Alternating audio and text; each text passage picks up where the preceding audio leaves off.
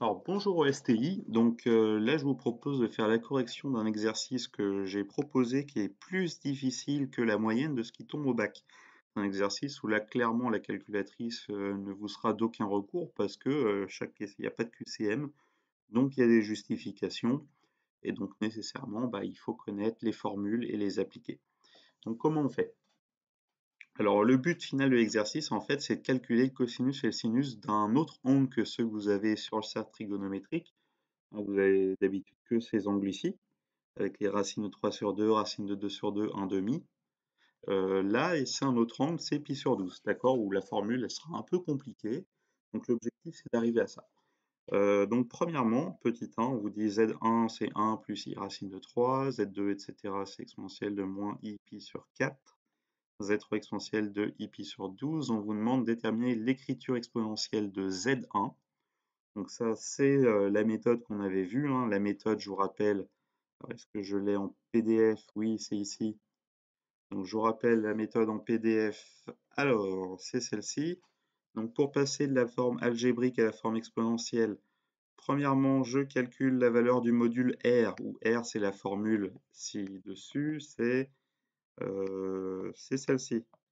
R égale racine carrée de A carré plus B au carré, où A et B sont les parties réelles et les parties imaginaires. Autrement dit, vous avez votre Z1 ici, qui vaut 1 plus I racine de 3, I fois racine de 3, donc la partie réelle c'est 1, la partie imaginaire c'est racine de 3, hein. Il n'y a pas le I dedans quand on va appliquer la formule. Donc je calcule le module de Z1 qu'on va noter R1 ou alors entre barres ici, module de Z1. Donc ça vaut racine carrée de A au carré, donc 1 au carré, plus B au carré, plus racine de 3 le tout au carré. Et vous avez vu, il y a deux racines comme ça, les unes imbriquées dans les autres. Ceci, ça fait 3, donc ça fait racine carrée de 1 plus 3, donc racine carrée de 4 égale 2. Alors dès l'instant où vous tapez ça à la calculatrice, si vous n'êtes pas à l'aise avec toutes les simplifications, elle vous donne quand même le résultat. Ce qui veut dire que même si on est dans l'exercice où il faut justifier, vous pouvez passer de là à là. Si vous n'êtes pas à l'aise, on vous en voudra moins le jour du bac, si c'est mieux de savoir le faire. Ensuite, dans la méthode, on disait calculer les quantités suivantes, A sur R et B sur R, qui vont correspondre à partie réelle sur module de Z, partie imaginaire sur module de Z. Et donc ça correspond au cosinus de l'angle et au sinus de l'angle de notre forme, de notre Z1 qui serait écrit sous forme exponentielle. Je vous rappelle, Z1, actuellement il est écrit sous la forme 1 plus i fois racine de 3, mais notre but ce serait de l'écrire sous cette forme-là, R exponentielle de i θ. D'accord? Et donc là, θ, c'est l'angle qui vérifie ceci. Cos θ égale A sur R et sin θ égale B sur R. Donc A sur R, petit a, c'est 1. Le R, on vient de le calculer, c'est 2, donc ça fait 1 demi. Et le sinus θ, ça vaut racine de 3, partie réelle, partie imaginaire de Z1, sur 2, le module. Donc ça vaut racine de 3 sur 2. Sur le cercle trigonométrique, où est-ce qu'on lit ça? C'est certainement pas les angles, par contre c'est les abscisses et les ordonnées. Donc l'abscisse, c'est le cosinus, c'est 1 demi. Donc on est ici pour l'abscisse. Donc là, a priori, il y a déjà plus que deux angles, pi sur 3 et 5 pi sur 3. Ou on peut aussi écrire moins pi sur 3. Et l'ordonnée, qu'est-ce que c'est l'ordonnée? C'est racine de 3 sur 2. Donc racine de 3 sur 2, c'est là-haut, il est en positif. Donc on est ici. Donc l'angle correspondant, c'est pi sur 3. Ce qui veut dire que donc l'angle, c'est pi sur 3. R, on l'a calculé, c'était 2. θ, du coup, pi sur 3, donc Z1, forme exponentielle, 2 exponentielle de i pi sur 3. Et donc là, on a répondu à la première question qui était de déterminer l'écriture exponentielle de Z1.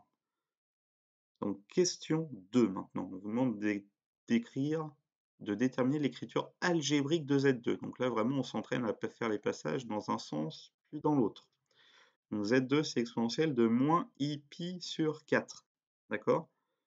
Et alors, je vous rappelle la formule qu'on avait vue dans le cours, c'était celle-ci. Donc, si j'ai un nombre complexe qui s'écrit x, alors là, j'avais oublié le r dans la formule, souvenez-vous.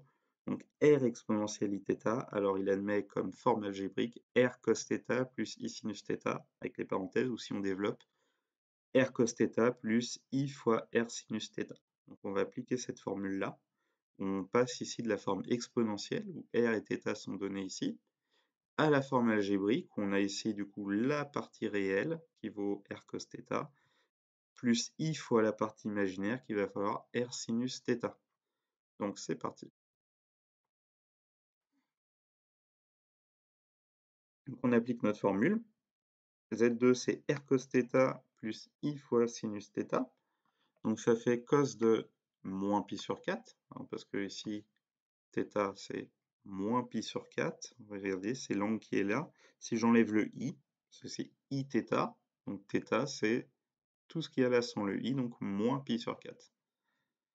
Donc ça me fait cos de moins pi sur 4 plus i fois sinus de moins pi sur 4. Et donc là, à nouveau, c'est le cercle, hein, moins pi sur 4. Alors là, il n'est pas apparent quand on regarde, mais moins pi sur 4, c'est faire un angle de pi sur 4 qui correspond à un angle de 45 degrés dans le sens contraire du sens trigonométrique, ce qui revient à faire dans le sens des aiguilles d'une montre.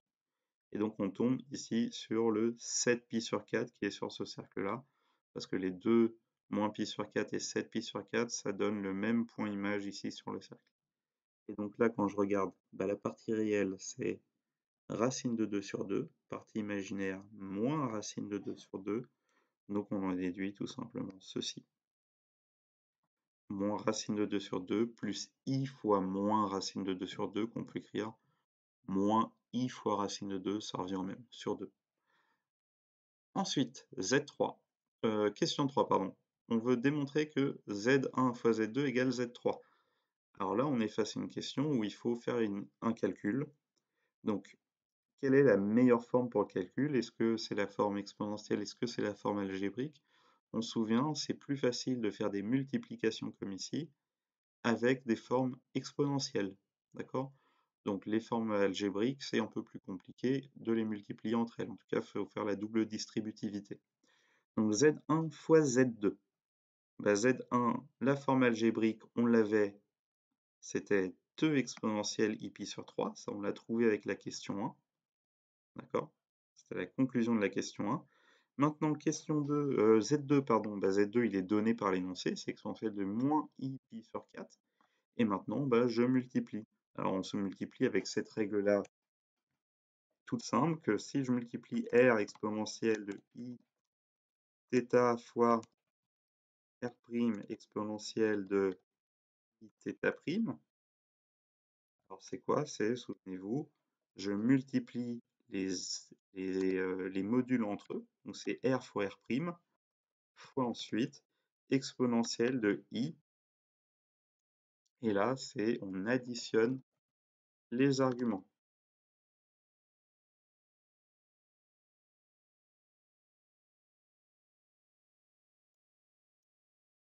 Hop, il me manque exponentielle, il me manque la puissance ici. Alors, est-ce qu'il va vouloir fonctionner maintenant? Voilà, ça nous donne ça. R' exponentielle de i fois θ plus θ'. C'est la règle des exponentielles réelles. Alors, regardez, si là je mets R et R' ensemble, le R, R', ça fait R fois R', et après je multiplie juste exponentielle iθ avec exponentielle iθ'. Donc c'est la règle en fait, c'est celle-ci, c'est exponentielle de A, exponentielle de A fois exponentielle de B, c'est égal à exponentielle de A plus B. Règle qu'on a vue sur le chapitre exponentiel. Donc c'est ces règles-là qui s'appliquent. D'accord? La règle sur les complexes, elle découle de la règle, en tout cas c'est la même que la règle sur les réels, et c'est pour ça qu'on l'utilise d'ailleurs. Donc en l'appliquant, je fais 2 exponentielle i pi sur 3 fois exponentielle de moins i pi sur 4. Donc ça me fait 2. On multiplie les modules, là c'est 1, le module ici, là c'est 2, donc ça me fait 2 au total, fois exponentielle de i, et là j'ajoute les arguments, alors j'ajoute, mais il y a le signe moins, donc ça va faire une soustraction. I fois pi sur 3 moins pi sur 4. La soustraction ou addition de fractions, de toute façon la règle c'est la même, mise au même dénominateur. Le dénominateur commun ici, le plus simple c'est de multiplier entre les numérateurs pour trouver le dénominateur commun. Donc ici 3 fois 4 ça fait 12, donc ici le dénominateur commun c'est 12. Et c'est pas mieux d'ailleurs. Donc alors, ça veut dire que la première fraction, je la multiplie par 4 en haut et en bas. Donc ça me fait 4pi sur 12, moins la deuxième fraction. Pour mettre sur 12, on multiplie en haut et en bas par 3. Donc on obtient 3pi sur 12. Donc 4pi sur 12 moins 3pi sur 12. Maintenant, on soustrait les numérateurs, ça me fait pi sur 12. D'où le Z3, d'où le résultat 2 exponentielle de ipi sur 12. Et quand on regarde Z3, c'était exponentielle ipi sur 12. Donc c'est pareil, sans le 2. Donc ici, c'est 2 fois Z3. Et donc, c'est bien la question qu'on voulait démontrer. Z1 fois Z2 est égal à 2 fois Z3. Bien.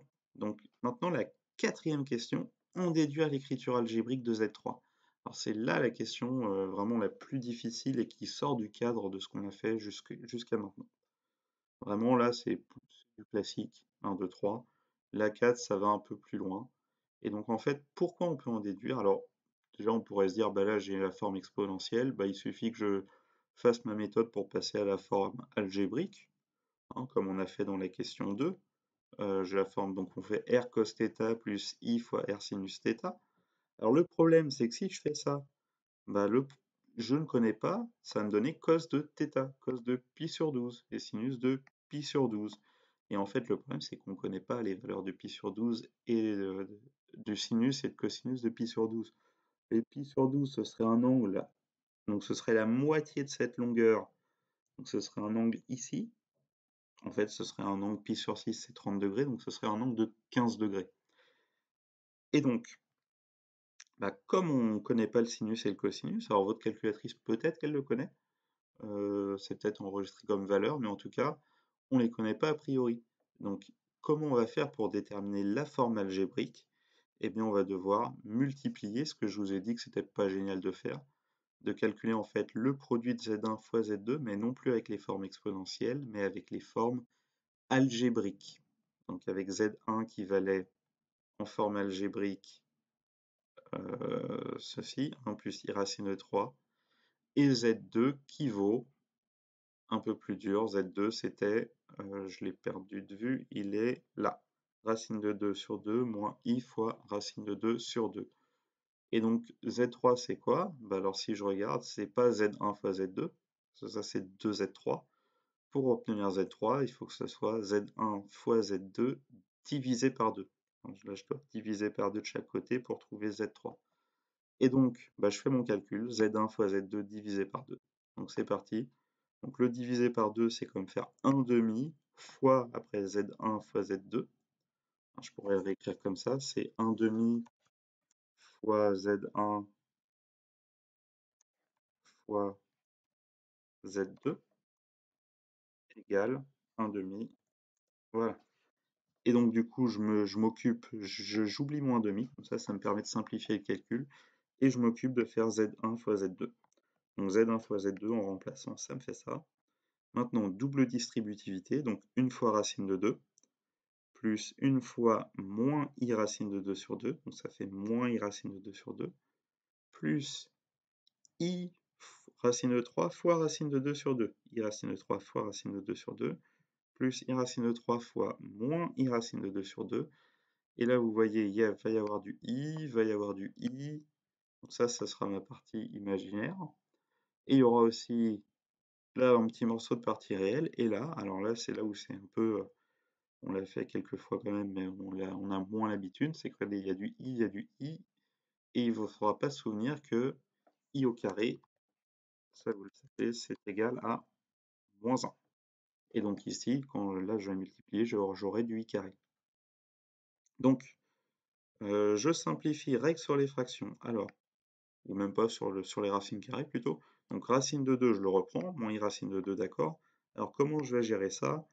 Donc là, je peux multiplier, du coup, quand je multiplie un nombre avec une fraction, je multiplie ce nombre avec le numérateur. Donc ça me fait i fois racine de 2 fois racine de 3. Et racine de 2 fois racine de 3, ça fait racine de 2 fois 3. Donc racine de 6. Le racine de 6 ici, pardon. Ensuite, la même règle ici. Donc là, je multiplie ce nombre avec le numérateur. Donc ça me fait i fois i, alors moins i fois i carré, et après racine de 2 fois racine de 3, ça me fait à nouveau racine de 6. Donc on obtient ça. Ensuite, On met ensemble les parties réelles. Donc là, les parties réelles, bah, c'est ce que je disais, comme i carré vaut moins 1, hein, bah, ça va faire moins racine de 6 sur 2, donc ça fait plus racine de 6 sur 2. Donc ce nombre-là, c'est plus racine de 6 sur 2 que je mets avec le racine de 2 sur 2 ici. Et donc ça, c'est ma partie réelle que je mets d'un côté. Et de l'autre côté, bah là, j'ai i ici et ici. Donc c'est i fois racine de 6 sur 2 moins racine de 2 sur 2. Maintenant, il ne me reste plus qu'à développer. Donc là, je pourrais voir ça comme une unique fraction, hein. C'est racine de 2 plus racine de 6, le tout sur 2. Et là, i fois racine de 6 moins racine de 2, le tout sur 2. Et donc, quand je multiplie par 1 demi, là, je vais développer. Donc, ça va faire 1 demi fois tout ça. Ce qui va faire 1 quart de racine de 2 plus racine de 6, d'où ce résultat-là.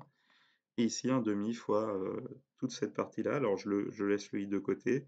Ça fait racine de 6 moins racine de 2 sur 2. Bon, assez compliqué. Un calcul plutôt difficile. Mais voilà le résultat. Et à quoi ça sert? Ben, on sait maintenant que Z3, il s'écrit de manière algébrique sous cette forme-là. C'est racine de 2 plus racine de 6 sur 4 plus i fois racine de 6 moins racine de 2 sur 4. Et grâce à ça, on va pouvoir en déduire, question 5, le cosinus de pi sur 12 et le sinus de pi sur 12. Et racine de 2 plus racine de 6 sur 4 et moins racine de 2 plus racine de 6 sur 4. Comment on l'en déduit? Bah, vous aviez la forme exponentielle ici, de Z3. Et la forme exponentielle, si je veux passer à la forme algébrique avec la formule, ça devient cos pi sur 12 plus i sinus pi sur 12. Hein, c'est ce que je disais tout à l'heure. Sauf que maintenant, bah, on sait ce que vaut la partie réelle. Regardez, d'un coup, donc c'est ici. Z3, c'est exponentielle i pi sur 12, donc ça fait cos de pi sur 12 plus i fois sinus de pi sur 12. Mais, d'un autre côté, on sait que Z3, on vient de le calculer, c'est tout ceci. Donc ça veut dire que la partie réelle, bah, c'est racine de 2 plus racine de 6 sur 4. Donc ça, c'est cos pi sur 12. Et de l'autre côté, sinus pi sur 12, c'est racine de 6 moins racine de 2 sur 4. Bon, ils l'ont mis dans l'autre sens, moins racine de 2 plus racine de 6 sur 4. Mais du coup, il suffit alors d'identifier deux points. Donc cosinus. La partie réelle, alors on pourrait rédiger comme ça, la partie de réel de Z3, elle est égale à cosinus de pi sur 12. Mais elle est aussi égale à, alors je vais faire un copier-coller, on ne va pas s'embêter, elle est aussi égale à